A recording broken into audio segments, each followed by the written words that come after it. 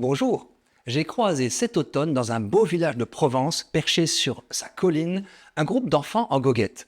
Celle que je pris pour leur institutrice leur faisait arpenter les rues étroites et décrypter les vieilles façades. Tiens, la marque d'une ancienne porte en arc de plein cintre, ici une niche où logeait une statue, et de rapporter ces signes à l'histoire locale. Chaque enfant griffonnait sur un document qui ressemblait à un jeu de piste. J'ai illico déclaré vouloir rejoindre cette école et lever la main pour participer. Mais l'institutrice n'en était pas une. Elle se présenta comme animatrice du centre social. C'était un mercredi. Pourtant, c'est ainsi que je conçois l'école de mes rêves. Dehors, sur le terrain, à partir du réel. Pour cette chronique, je suis allé chercher l'origine de l'expression « faire l'école buissonnière ». Savez-vous qu'elle nous vient du tout début du protestantisme ? Luther et ses disciples furent contraints d'enseigner leur doctrine, qui était frappée d'interdits, en pleine campagne, cachée par les arbres et les buissons. Cette idée d'école buissonnière studieuse me plaît, car il ne s'agit pas de revendiquer le remplacement de l'école par l'oisiveté, mais de transposer le plus possible l'école hors de ses murs, de la faire sortir des classes confinées, que j'ai toujours assimilées à des lieux d'enfermement et d'ennui.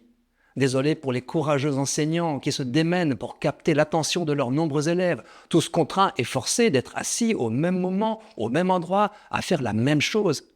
Mais pourquoi infliger à ces classes d'âge un rythme collectiviste sédentaire qu'on n'oserait pas imposer aux adultes ? Il me reste deux souvenirs marquants de mon collège près de Toulon.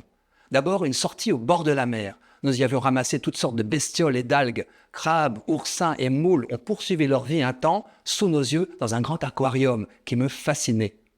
À l'occasion d'une autre sortie, cette fois dans l'arrière-pays varois, sur le thème de la géologie, en quête de la limite entre le basalte et le calcaire, j'avais préparé avec mon père l'animation du car en commentant l'histoire des cités traversées.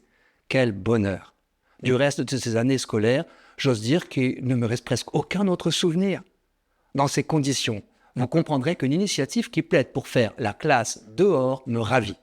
Benjamin Gentil et Thomas Germain, cofondateurs de la Fabrique des communs pédagogiques, ont conçu une pédagogie de plein air. À les entendre, un parc urbain suffit, même si une vraie forêt est préférable. Il ne s'agit pas seulement de découvrir la nature, la géographie ou l'histoire, même l'apprentissage des mathématiques est, selon eux, favorisé. Car, je les cite, les enfants ont souvent besoin d'une représentation dans le réel. Être dehors permet de définir un référentiel commun qui facilite la compréhension. Apprendre dehors est bon pour la santé physique et mentale. Cela stimule la créativité, les capacités motrices, la coopération, l'autonomie. L'apprentissage est facilité quand les sens sont mobilisés. Et puis, j'y reviendrai, nous ne sommes pas faits pour rester assis.